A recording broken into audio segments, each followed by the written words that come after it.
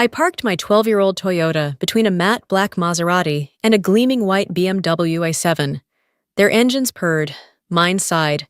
It had been exactly 9 years since I last set foot inside the Harrow estate, and I remembered, down to the hour, what silence felt like when it wasn't chosen.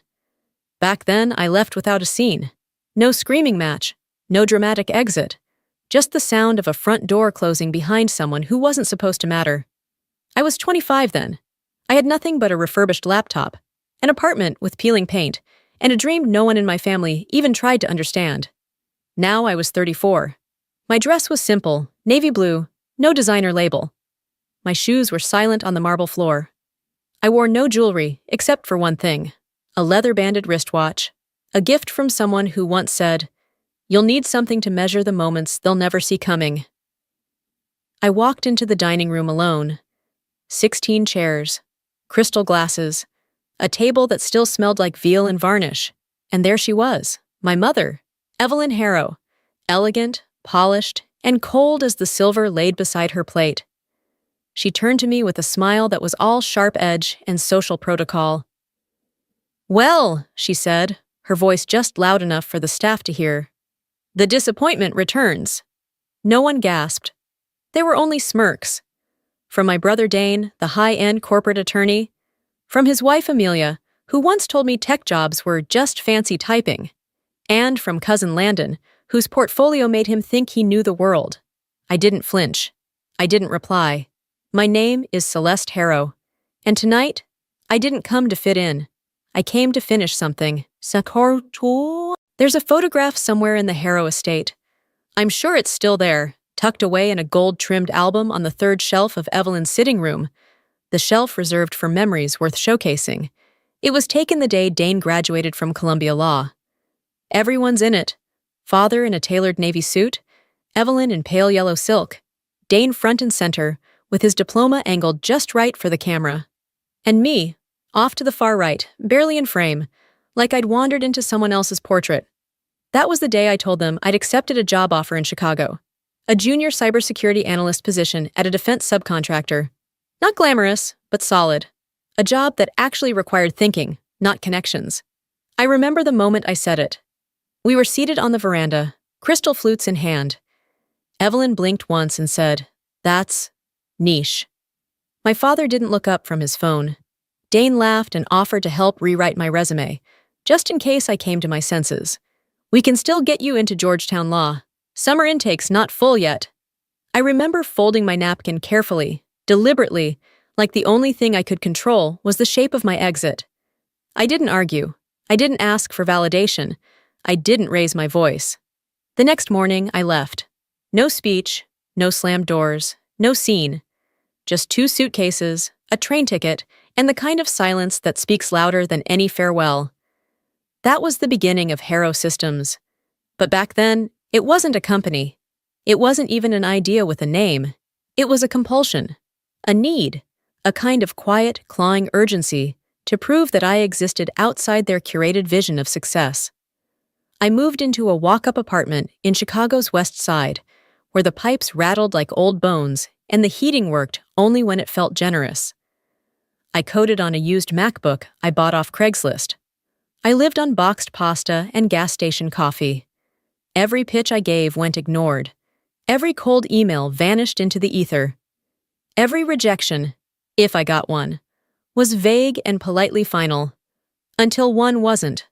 Her name was Marla Torres, former NSA, retired early after flagging a major security breach no one wanted to admit existed.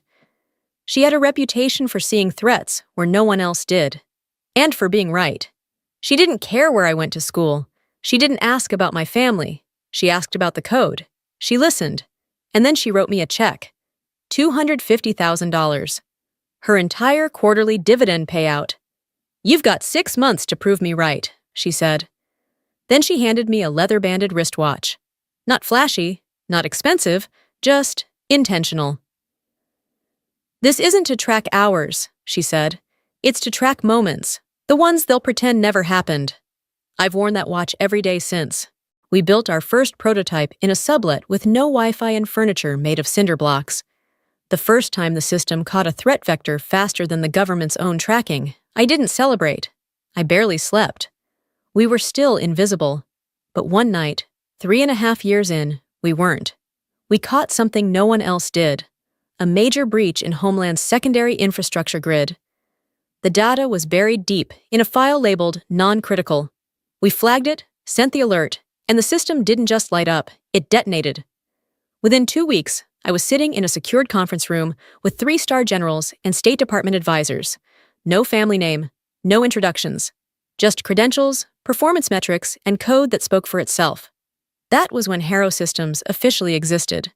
And yet, when the first big contract closed, 9 figures, 3 departments, I didn't throw a party. I didn't send out press kits. I mailed Evelyn a letter. It was short. 1 line, "We've landed." 3 weeks later, I received her reply. Typed, centered, signed in fountain pen. Do not associate the Harrow name with anything that might not last. No congratulations, no call, no curiosity. I framed the letter, not out of bitterness, out of necessity. Because every time I hit a wall, I looked at it. Every time a deal fell apart, I reread it. Not to prove her wrong, but to remind myself how far I'd already come without needing anyone at that table. The years went by. I didn't return for holidays, for birthdays, for deaths. Not even when my father had his minor stroke and Dane gave a speech about family unity. I was never invited. I never asked. Until now. Until tonight. Back in their dining room, surrounded by cutlery that cost more than my first year's rent, I looked at the faces that once smirked at my ambition like it was a punchline. And I remembered. I wasn't here to belong. I was here to close the loop. Dinner at the Harrow estate had always felt less like a meal and more like a broadcast. Everything was curated, down to the floral arrangements, wine pairings, and chandelier brightness. The staff wore black, the silverware gleamed, and the conversation, like always, was nothing more than a highlight reel, stitched together by egos in formal wear. Dane was the first to take the stage, mid-story of course. His voice confident, practiced, the same voice he used to bulldoze opponents in arbitration hearings. Tonight, he was recounting some courtroom victory over a hedge fund giant. The way he wielded his fork, you'd think it was a gavel. Seated beside him was Amelia, his wife, dressed in pastel silk and pride. She inserted commentary with perfect timing. Dane's the youngest equity partner in the firm's history, as though she were a live-in PR agent. Across the table, Landon swirled his Bordeaux with the wrist of a man who thought he invented it, going on about emerging markets and investment positioning like he was auditioning for a TED Talk no one asked for.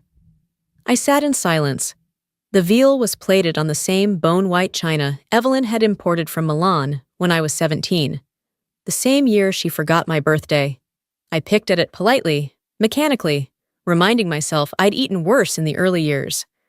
Moldy drywall and lukewarm ramen had once been my idea of luxury. "Celeste," Evelyn said suddenly, voice dipped in faux interest. "Still working in technology, dear?" Not cybersecurity, not digital defense, not the company I built from nothing, just working. I nodded, keeping my voice neutral. Still building systems. That was all it took to invite attention, the performative kind. Landon leaned forward, resting his elbow on the table, like proximity gave him context. "What kind of systems? Apps? Crypto?" Before I could answer, Dane interrupted. "She was always glued to a screen. I remember, when we were kids, she'd sit up all night in front of that busted Dell. Couldn't tear her away from it." Evelyn chuckled, nostalgic. "We thought it was a phase," Amelia added while slicing her veal. "So, do you have a team now, or is it still a solo gig?" That's when I could have told them.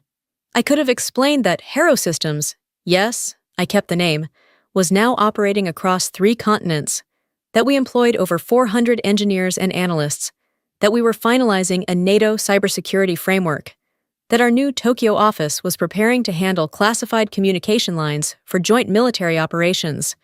But I didn't. I just said, "No, I have help." Dane smirked, tipping his glass. "Eventually, everyone needs a real career, The laughter that followed was light, controlled, dangerous, like surgical steel. Evelyn stepped in with her own spin. Celeste has always carved her own path. The word hung in the air like a polite insult. Carved, as if I were hacking through a jungle with a spoon while they watched from penthouses. My path wasn't carved.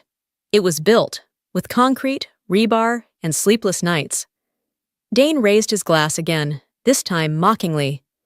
To the rebels in the family, may they find their way back before it's too late.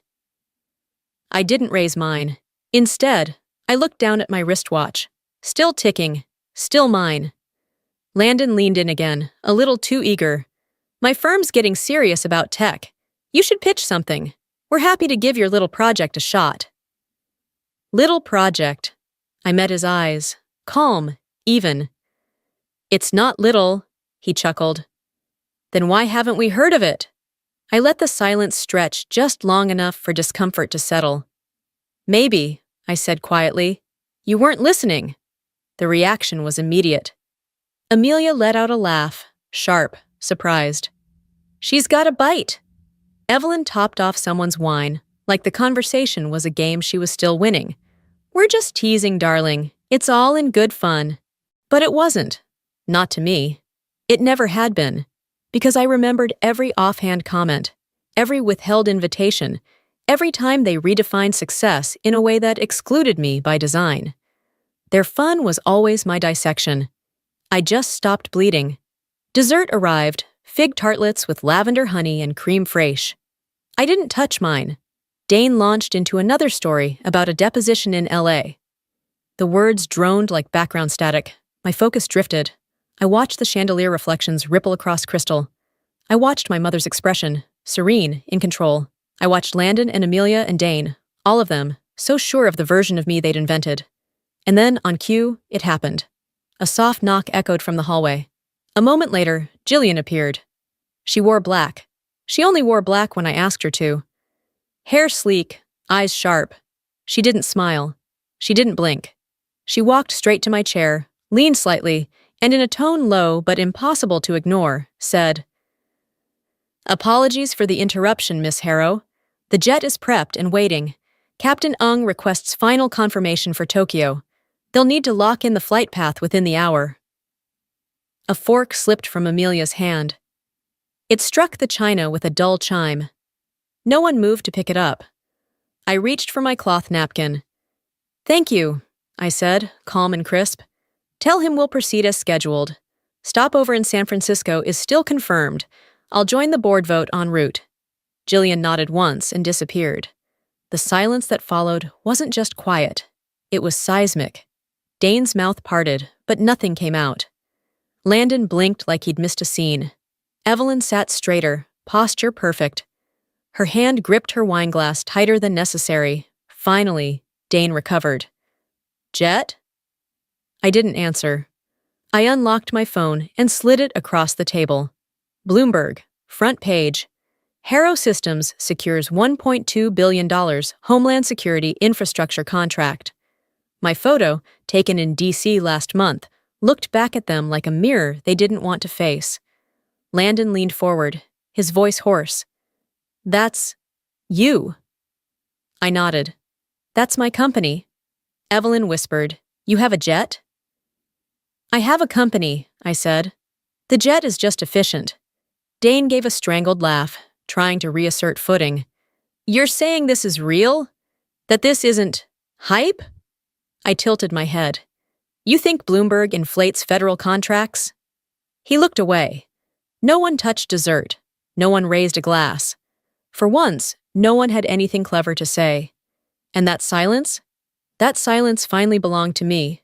It was Evelyn who finally broke the silence. Her voice, usually precise and rehearsed like a keynote speaker, was softer now, lower like she thought volume could undo distance. "You built this alone?" I looked up. "Not alone," I said. "Just not with any of you." The words didn't echo. They settled. Dane tried to gather the pieces. "If you'd told us, if we'd known, we could have helped. We're family, Celeste." I raised an eyebrow, not out of mockery, just disbelief. When I was 25, you sat in Dad's study and told him I was a liability. You said putting my name in the family newsletter might dilute the Harrow brand. He shifted in his chair. That was a long time ago. And this is right now. Evelyn's gaze dropped. For the first time, she didn't seem to know where to look. Her hand hovered over the phone I'd set on the table, as if touching it would confirm everything she had worked so hard to dismiss. Families say things they don't mean, she said. Almost gentle, almost believable. I reached into my bag and pulled out a creased but carefully preserved sheet of paper. I slid it across the polished oak. Her eyes scanned the heading, her letterhead, her words. Do not use the Harrow name for anything that might not last. She didn't touch it. That was her style. Never deny. Just pretend memory is negotiable. Landon leaned in, shifting gears. If your company's scaling, there might be room for collaboration. We know people. There's capital, connections. You never know. Harrow Systems might benefit from some legacy ties. I waited for him to finish. I let the silence sharpen around his words. Then I said, We're not raising. Not now. Not ever with you. His mouth twitched. The rejection didn't surprise him, but the finality did. Amelia tried a different tactic. She smiled, that soft, practiced smile women like her wear like jewelry. If we'd known what you were building, maybe things would have been different. I tilted my head. Different for who? You? Me? Or the version of me you could stand to be proud of? Her eyes flickered. She didn't respond. You weren't waiting to support me, I continued. You were waiting to recognize me, once it was convenient, once I was no longer a threat to the narrative. She looked down, adjusting the napkin in her lap, as if something there could be fixed. Then Evelyn moved. She stood, slowly, deliberately, as if elegance could still carry authority. She walked around the table, her steps careful, like grace could mend years of fracture. She stopped beside me and reached out, fingertips brushing my wrist. You're still a Harrow, she said. That means something. I looked her in the eye. To you? She blinked. I didn't. To the world I built, I added. It means nothing. Her hand dropped. You're angry, she said, her voice finally cracking at the edges. I understand, but don't let pride close doors that family can help open. I stood, gently pushing back my chair. You had 9 years to open a door, I said. You chose to paint it shut. My phone buzzed once. Jillian. On schedule, as always. I folded my napkin and placed it beside the untouched tartlet, aligning it perfectly with the edge of the plate. My movements were slow, intentional, not because I needed time to think, but because I wanted them to sit in the discomfort of silence. I have a board vote in 6 hours, I said. We're finalizing a NATO contract. Evelyn's lips parted. Her words hesitated. Then, finally, why tonight, Celeste? Why come at all? I didn't answer immediately. I reached for my coat draped over the chair, sliding my arms through the sleeves like armor. I walked to the threshold of the room and paused, my hand resting on the doorframe. Then, without turning, to see if anything had changed. I turned back just enough to meet their eyes. It hasn't. Then I walked out of that room, out of that house, and out of whatever role they had written for me in their curated family script. Behind me, no one followed. They never did. The next morning, the damage control began. A LinkedIn request from Amelia, a voicemail from Dane. We should reconnect. Family synergy has value. An overwritten email from Landon loaded with buzzwords. Innovation, alignment, strategic growth. And from Evelyn, a handwritten note delivered by courier. Heavy cream cardstock, the Harrow crest embossed in gold. We should rebuild. You've made us proud. I didn't reply, not to any of them. Instead, I forwarded every message to Jillian with a 2-word instruction, block list. That evening, a delivery arrived at the Harrow estate. A single box, no return address, no card. Inside it was the letter Evelyn had once sent me, the one that warned me not to use the family name. Folded neatly beside it was a photo, not posed, not filtered. Just a simple shot taken from outside the dining room window the night before. The entire family was in the frame. Mid-conversation, mid-sip, crystal and silver and posture. There was only one space that stood out. My seat, empty. There was a note attached to the back of the photo. It read, "I was there. You just didn't see me." Some of us were never really invited to the table, but we remember who looked away. I never sent another letter, never answered another message. Because the truth is, I didn't need them to apologize. I didn't need them to say they were wrong, or that I mattered now. I had already mattered when no one was watching. I had already won when no one was cheering. And I had already healed in the silence they mistook for defeat. I never needed a seat at their table. I built my own. And this one has no room for ghosts.